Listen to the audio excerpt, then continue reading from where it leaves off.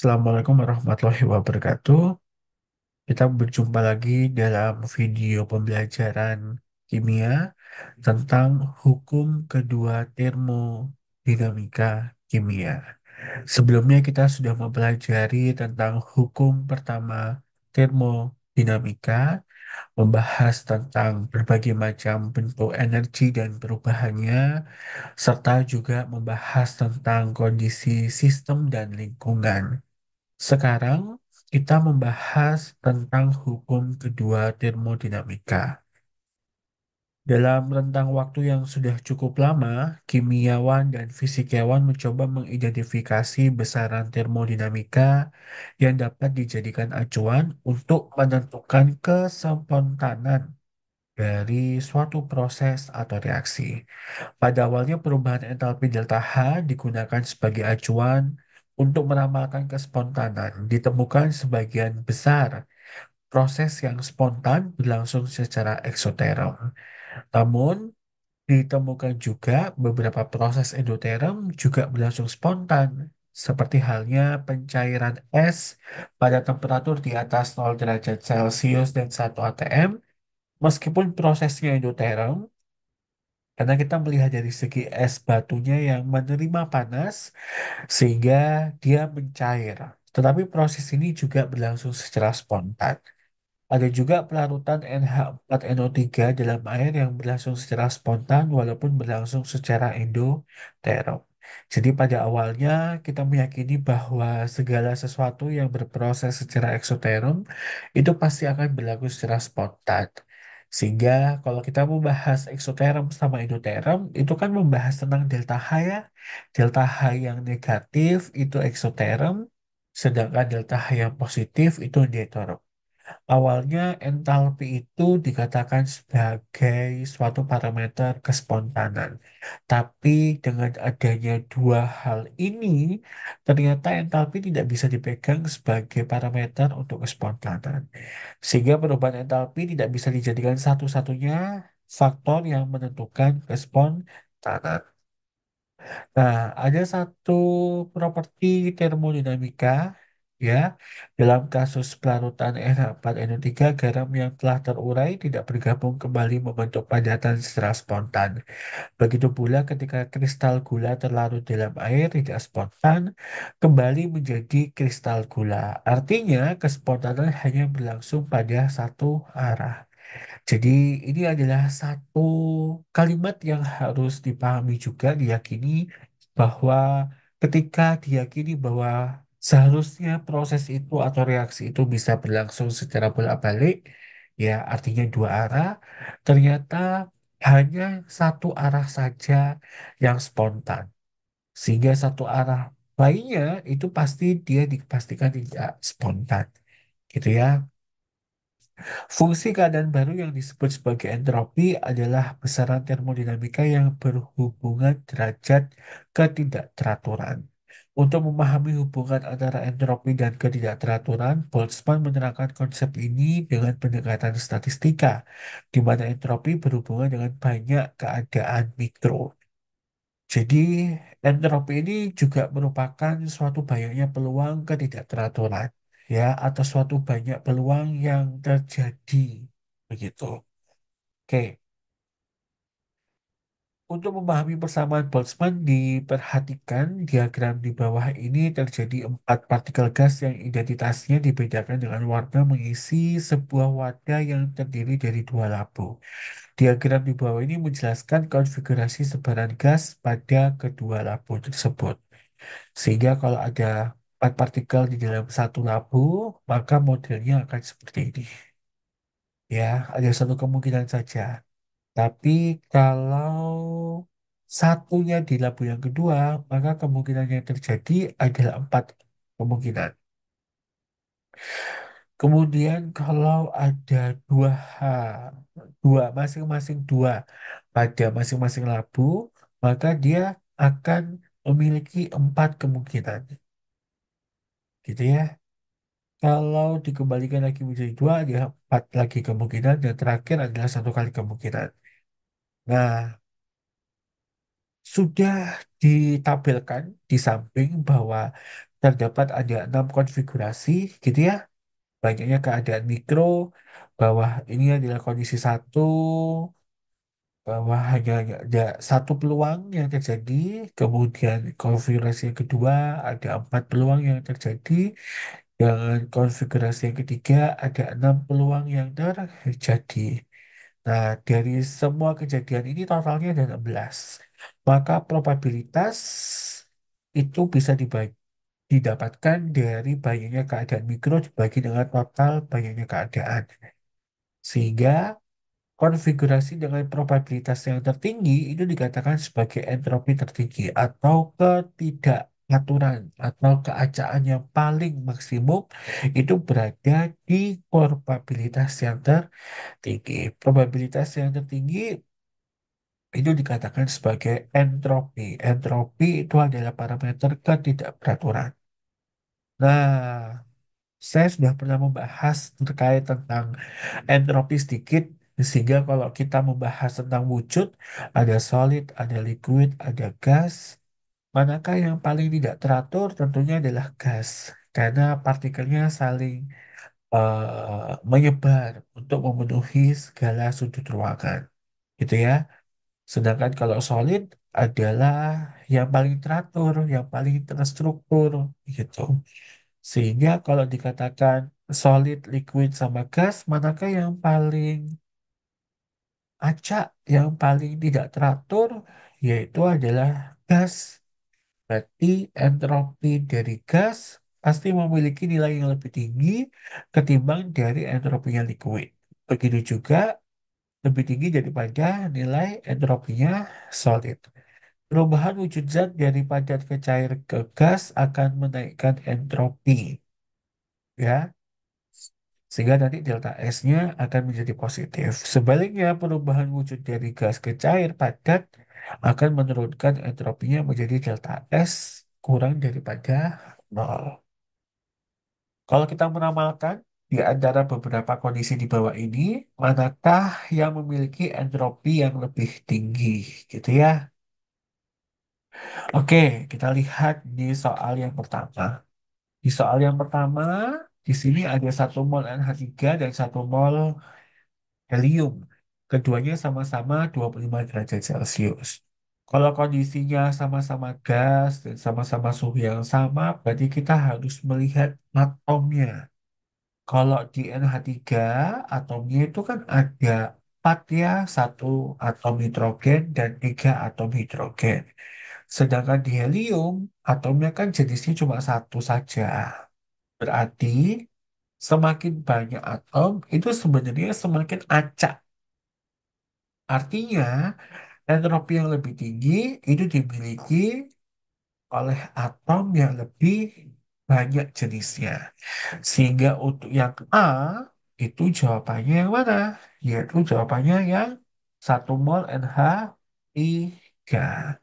Ya, 1 mol NH3 ini memiliki entropi yang lebih tinggi. Oke, berikutnya adalah yang B. 1 mol helium pada 10 Kelvin dan 1 atm atau 1 mol helium pada 250 derajat Celcius dan 0,2 atm. Gitu ya.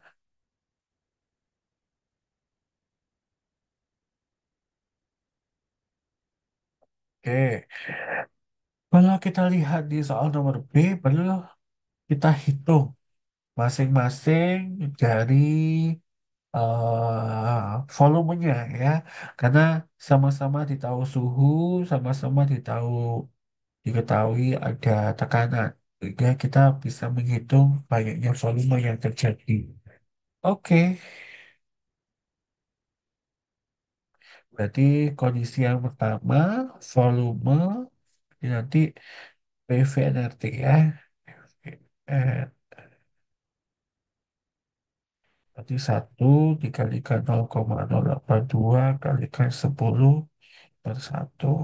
Dapatnya 0,82 liter. Kalau kondisi yang kedua, maka volume N. RT dibagi dengan P, berarti 1, dikalikan 0,082, dikalikan 523. Karena ini perlu ditambah dengan 273 ya. Berarti kan 32523 dibagi dengan 0,2 ATM. Ketemunya 214,43. Gitu. Berarti artinya kalau begitu, oh sorry, artinya kalau begitu mana yang lebih tinggi? Yang lebih tinggi adalah yang ini ya, ini jauh lebih tinggi. Sehingga nanti jawabannya untuk yang B ya itu adalah yang ini. Kalau yang A itu yang ini. Oke. Berikutnya yang C. Campuran 3 mol H2 dan 1 mol nitrogen pada 25 derajat Celcius dan 1 atm atau 2 mol NH3 25 derajat Celcius dan 1 atm. Berarti ini seperti kayak reaksi ya. Seperti kayak reaksi. Berarti kalau kita lihat reaksinya ada 3 H2 ditambah 1 N2 menjadi 2 NH3. Berarti di sini ada 2, di sini ada 4. Berarti semakin banyak mol, semakin banyak entropi yang dibutuhkan. Ya, sehingga nanti kalau ini jawabannya jelas jawabannya yang di bagian sebelah ini ya. Oke ya. Karena kondisinya sama, berarti kita perlu mencari mol yang paling banyak aja. Karena mol yang paling banyak akan menyebabkan entropi yang juga lebih tinggi. Oke, selanjutnya kita masuk ke soal nomor 10. Ramalkan tanda delta S untuk reaksi berikut ini. Oke, kita lihat di sini. Ini 2, ini 1. Tapi Anda lihat, ini sama-sama gasnya ya. Sebenarnya kalau kita mau prediksi itu kita lihat wujudnya dulu. Karena gas itu jauh lebih besar daripada liquid sama padatan. Dan ingat bahwa delta S itu adalah kanan kurangi kiri, akhir kurangi awalan. Kita lihat N2O4 dan 2NO2. Ini 1, ini 2. Berarti kan 1 dikurangi 2, ya. Berarti nanti di sini delta S-nya adalah 1 dikurangi 2. Sehingga nanti jawabannya adalah minus. Nomor B, ini B. C3H8 tambah 5O2 menjadi 3CO2 plus 4H2O. Ini totalnya 7. Sorry, ini totalnya adalah 6. Berarti nanti delta S-nya 7 dikurangi 6 sama dengan 1. Berarti nanti delta S-nya positif. Oke, kemudian kita lihat di sini yang C. Ini D ya. Yang C di sini liquid. Berarti nanti ini nol. Di sini ada berapa? 3 ya. Berarti delta S 0 dikurangi 3. Berarti nanti minus. Kemudian yang D, CaOH2 solid menjadi aquos ditambah aquos. Berarti antara aquos sama solid berarti kan masih besaran aquos. Kalau di sini ada 2, berarti sini 3, di sini 0. Berarti nanti delta S 3 kurangi 0, berarti positif. Tiga. Ya, jadi Anda cukup memprediksi saja bahwa yang A ya itu minus, yang B adalah positif, yang C adalah negatif, yang D adalah positif.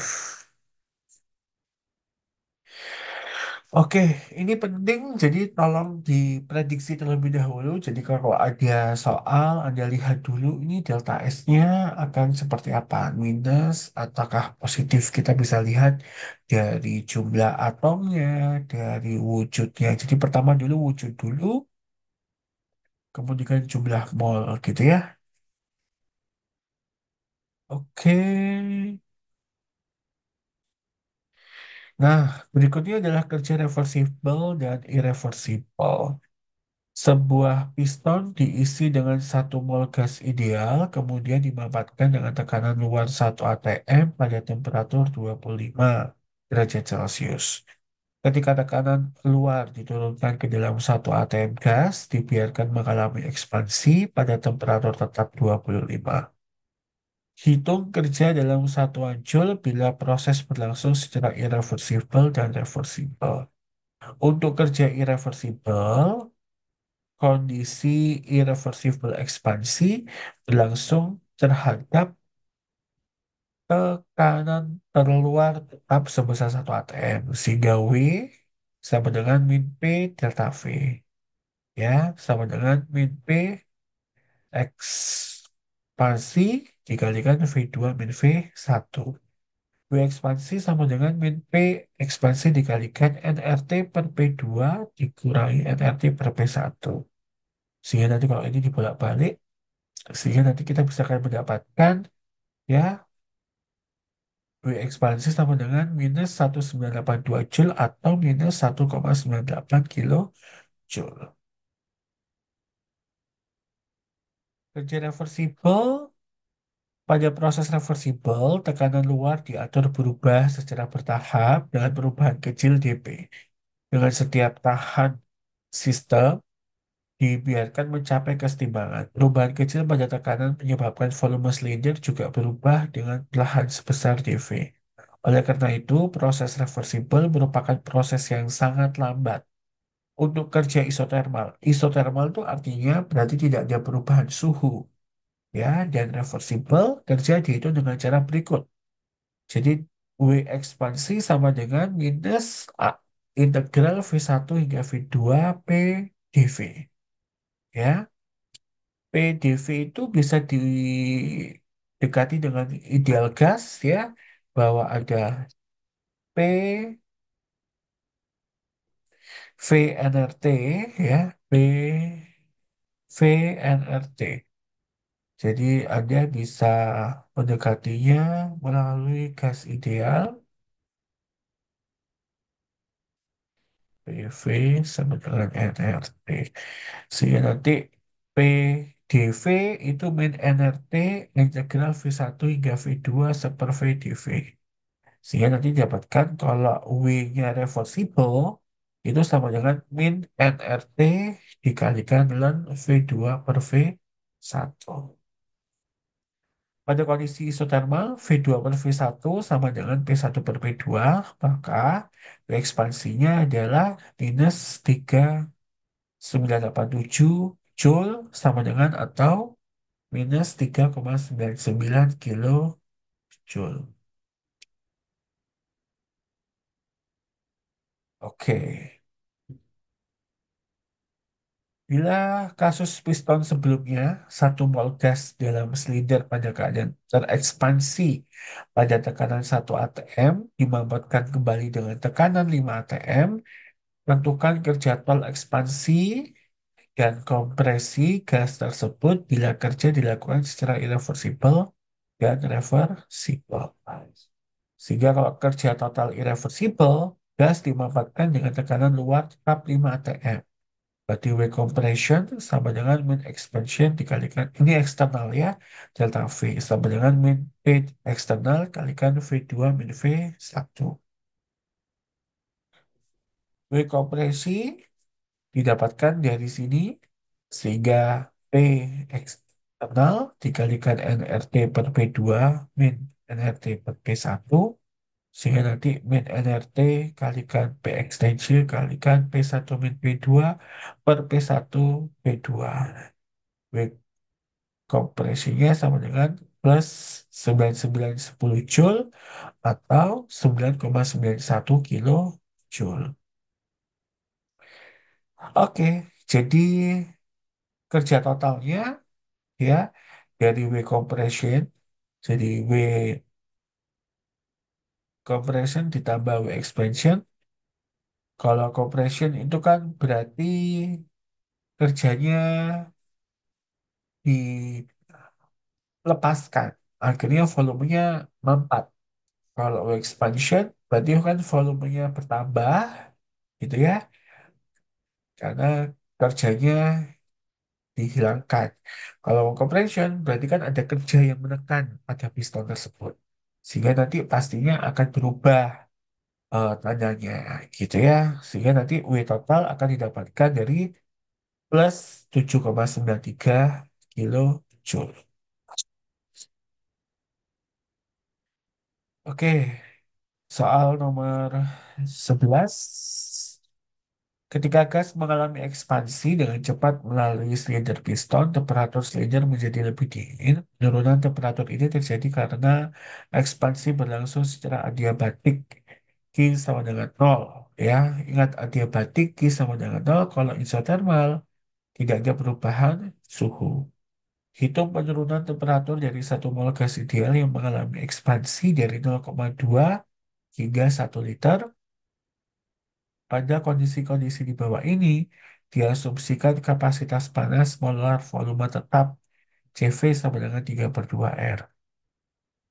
Ekspansi berlangsung secara irreversibel terhadap tekanan luar tetap sebesar 1 atm dan temperatur awalnya adalah 300 Kelvin.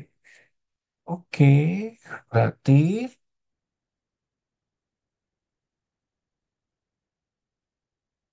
kalau begitu kan ada delta E sama dengan Q ditambah W gitu ya. Kalau dia adiabatik, maka Q-nya sama dengan nol. Berarti nanti delta E sama dengan W. Sama dengan min P kalikan delta V. Berarti min 1 ATM, 1 dikurangi 0,2 liter sama dengan minus 0,8 liter AM. Kalau dia minus, berarti tandanya dia ekspansi, melakukan kerja. Oh, dari 0,2 ke 1. Berarti kan pistonnya ngangkat ke atas. Kalau pistonnya ngangkat ke atas, berarti kan dia tidak butuh kerja. Ya toh?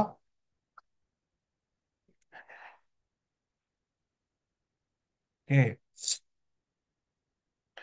Nah, karena di sini yang ditanya adalah hitunglah penurunan temperatur, berarti kan ditanyakan nanti menjadi berapa gitu ya temperaturnya. Karena adiabatik itu bukan suhu yang sama. Adiabatik itu Q-nya sama dengan nol.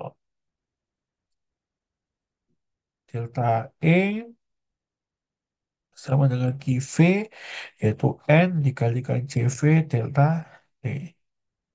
Yang nantinya nilainya akan sama dengan minus 0,8 liter ATM. Gitu ya. Sehingga nanti N kali CV T2 min T1 minus 0,8 LATM. Sehingga nanti T2 akan sama dengan T1 minus 0,8 liter ATM dibagi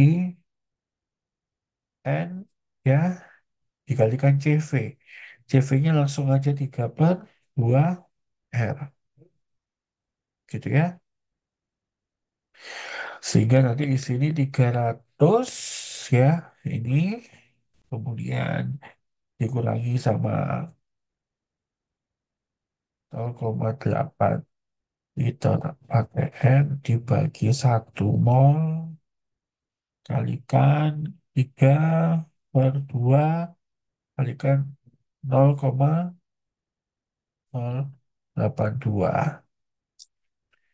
liter ATM per mol Kelvin. Ini coret, ini coret, ini coret, ini coret. Ya, nanti berarti Kelvin ketemu Kelvin.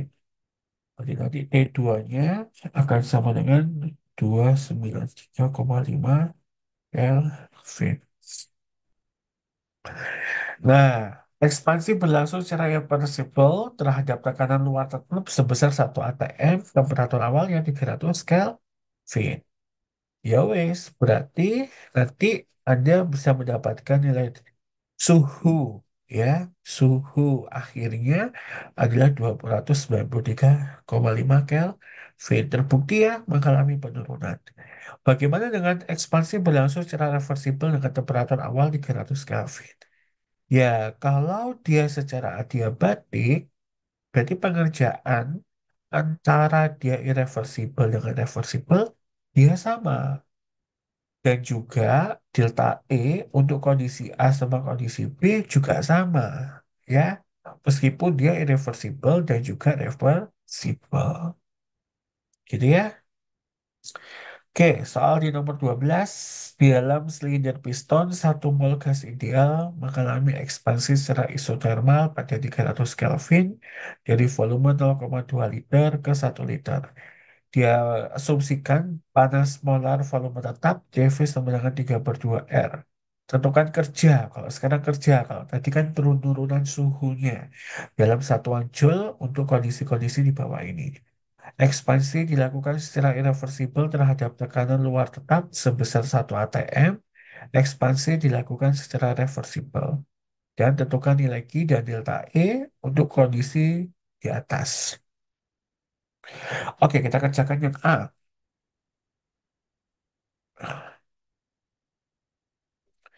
Yang A, W irreversible. Berarti minus P, V2 minus V1. Berarti kan nanti 1 atm dikalikan 1 min 0,2 liter. Didapatkan minus 0,8 liter ATM. Tapi karena ini tidak joule, maka kita konversi dulu.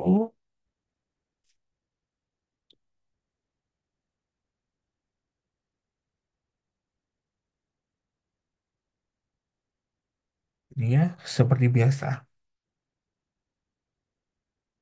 Ini coret, ini coret. Mol Kelvin, mol Kelvin. Berarti didapatkan minus 81,11 joule. Oke, itu adalah yang reversibelnya. Sekarang bagaimana dengan W reversibelnya?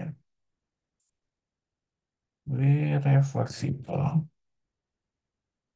Berarti minus integral V1 V2 P dV. Atau min NRT integral V1 V2 se dV per V. Atau min NRT dan V2 per V1. Sehingga nanti 1 mol dikalikan 8,314 Joule per mol Kelvin dikalikan 300 Kelvin dan 1 liter per 0,2 liter. Didapatkan minus 4026 Joule. Oke, ya. Jadi penggunaan rumus itu juga menentukan kondisinya. Kalau dia irreversible, tinggal min P dikalikan delta V. Tapi kalau dia reversible, berarti pakai integral V1 hingga P2 P dV didekati dengan gas ideal. Oke, sekarang tentukan nilai Q dan delta E. Untuk kondisi kedua di atas. Ada kondisi apa yang di atas? Oh, ini kata-katanya adalah secara isotermal. Ya, secara isotermal. Sehingga kalau secara isotermal, bawah delta E irreversible itu nilainya akan sama dengan delta E-nya reversible. Ya, itu nilainya akan sama dengan nol. Kemudian bagaimana dengan I-nya? I irreversible. Min W irreversible. Q irreversible sama dengan minus W irreversible. Jadi nilainya akan sama dengan berapa tuh tadi? Yaitu minus minus 81,11. Berarti nilainya plus 81,11 Joule. Gimana dengan key reversible? Kalau key reversible akannya juga sama dengan minus W reversible. Jadi nanti nilai minusnya 400, 4.400, 4.014,20.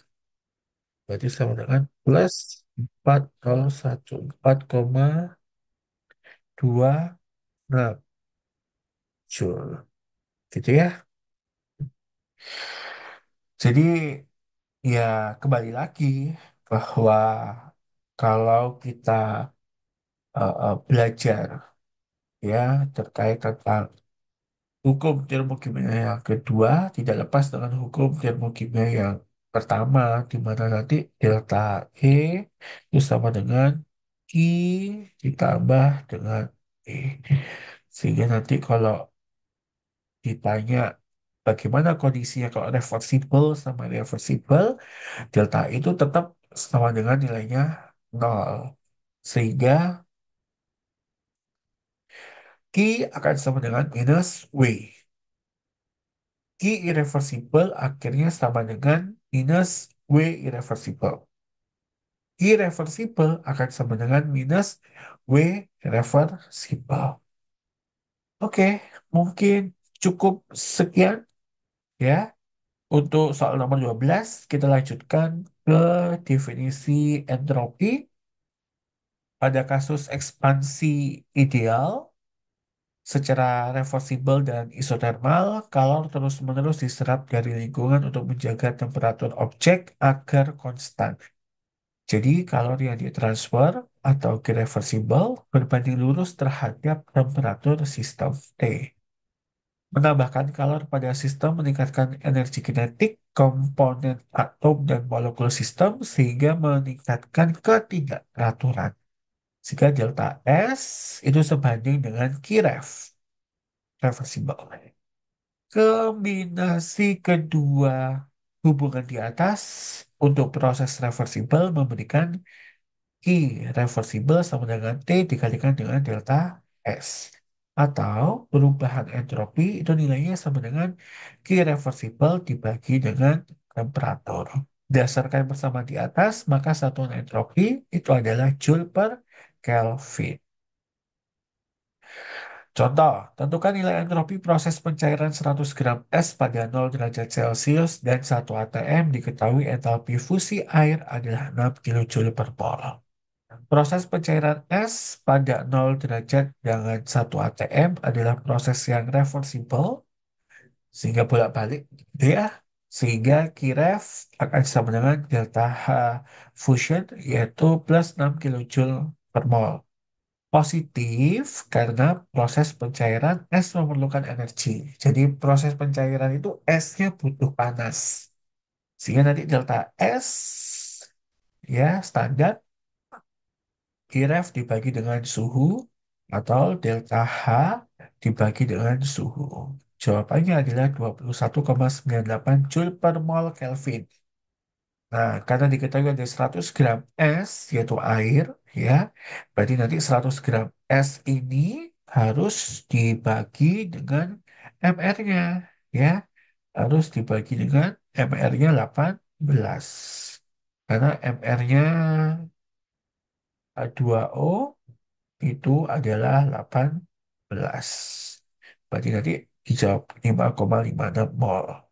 Sehingga nanti kalau mencari delta S-nya, berarti ya nanti dari 21,98 dikali dengan 5,56.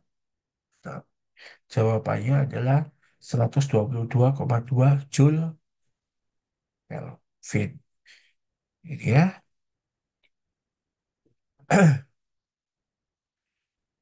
Kemudian hubungan entropi dengan energi dalam. Energi dalam delta E untuk proses reversible berarti delta E itu kan sama dengan Qref ditambah dengan Wref. Karena Qref tadi adalah T dikalikan delta entropi, maka nanti akan muncul persamaan berikut ini. Untuk gas ideal dalam silinder piston yang mengalami ekspansi secara reversibel dan isotermal, maka perubahan energi dalam delta E sama dengan nol. Ingat bahwa pada gas ideal tidak ada interaksi antar partikel, sehingga energi potensialnya nol, sehingga komponen energi gas ideal hanyalah energi kinetik yang bergantung pada temperatur di mana pada temperatur tetap delta EK-nya juga nol. Pada kondisi ini, Iref ditambah Vref sama dengan nol. Maka Vref akan sama dengan minus T delta S. Karena kan ini kalau dipindah di ruas kanan, jadi negatif ya. Hingga Kiref akan menjadi min T dikalikan delta S. Hukum kedua termodinamika menyatakan bahwa entropi alam selalu selama proses reversibel atau delta S alam semesta akan sama dengan nol dan bertambah pada proses yang spontan ketika delta S alam semesta positif ya karena lebih daripada nol. Untuk proses reversibel dicontohkan pada kasus ekspansi gas ideal pada silinder yang diatur agar reversibel dan isotermal seperti gambar di bawah ini. Temperatur of dari gas dan surrounding itu sama, berarti temperatur, suhu, gas dan lingkungan itu sama, ya.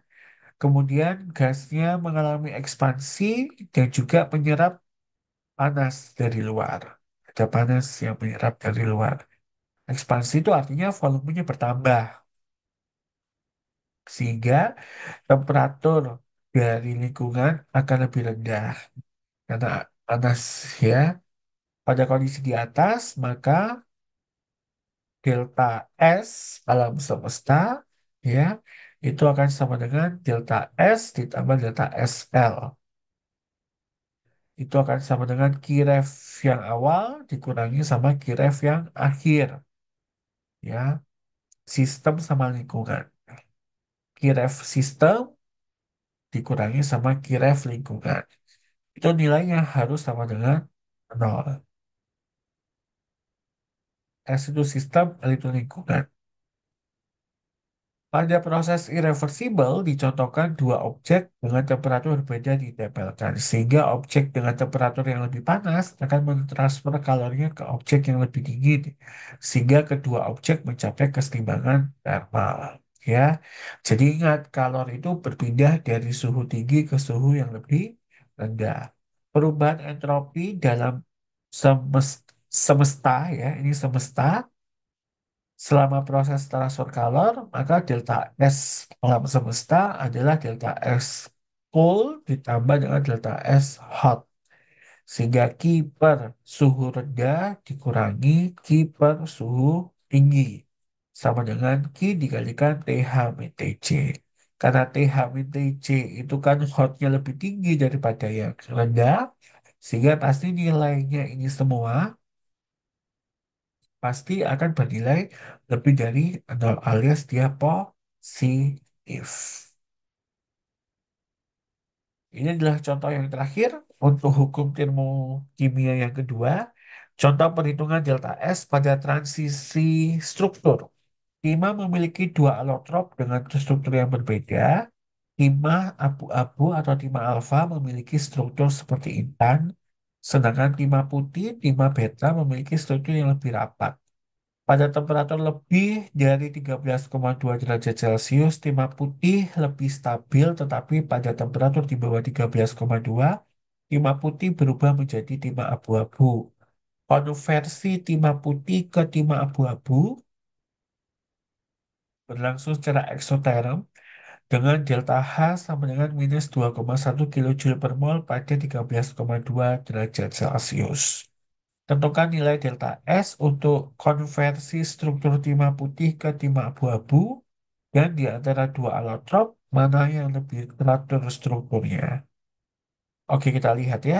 Untuk menentukan delta S, maka kita bisa menggunakan Q reversible sama dengan delta H. Delta S sama dengan Q ref dibagi dengan suhu.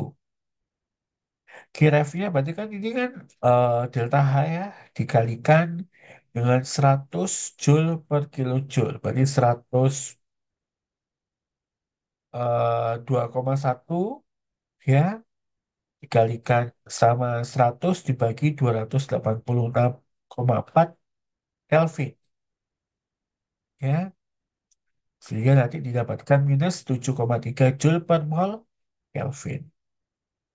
Karena nilainya negatif ya, delta S-nya negatif karena kurang daripada nol, maka konversi timah putih ke abu-abu menyebabkan meningkatnya keteraturan. Ya, kan ingat delta S kalau dia positif artinya dia menuju ke tidak teraturan. Delta S positif itu menuju ke tidak teraturan. Kalau delta S-nya nol, kurang dari nol, artinya dia menuju ke teraturan. Nanti pada akhirnya yang menuju ke teraturan itu sesuatu hal yang tidak spontan. Sedangkan delta S dengan yang positif itu menuju ke tidak teraturan. Karena secara hukum alam, entropi itu semakin lama akan semakin naik, semakin menuju ke tidak teraturan. Gitu ya. Sehingga nanti dua alotrop mana yang lebih struktur, teratur strukturnya, ya karena delta S-nya menuju negatif, maka konversi timah putih ke abu-abu menyebabkan meningkatnya keteraturan. Sehingga timah abu-abu lebih teratur ketimbang timah yang putih. Oke, cukup sekian dari hukum kedua termodinamika. Jadi Anda harus memahami terkait tentang reversible sama irreversible. Kemudian Anda juga harus paham teori tentang entropi. Jadi entropi itu adalah parameter ketidakteraturan. Entropi itu bisa dikatakan sebagai banyaknya peluang yang terjadi pada ketidakteraturan tersebut, di mana makin banyak peluang yang tidak teratur itu dikatakan sebagai entropi yang memiliki nilai lebih tinggi. Kalau kita membahas nilai entropi, kita harus melihat dari wujudnya terlebih dahulu, kemudian lihat banyaknya mol, kemudian kita lihat banyaknya jenis dari eh, atom yang terjadi di bagian tersebut. Gitu ya. Ingat, di alam semesta, delta S itu adalah lebih, delta S untuk alam semesta sama dengan nol. Gitu ya. Tapi secara nature, delta S itu menuju ke lebih besar daripada nol. Alias dia lebih menuju ke tidak teratur. Sedangkan delta S itu yang bernilai negatif menuju ke teraturan. Cukup sekian pembahasan tentang hukum kedua termodinamika. Apabila ada yang belum paham, silakan menghubungi saya atau nanti pada saat di kelas bisa ditanyakan melalui kelas. Terima kasih semuanya.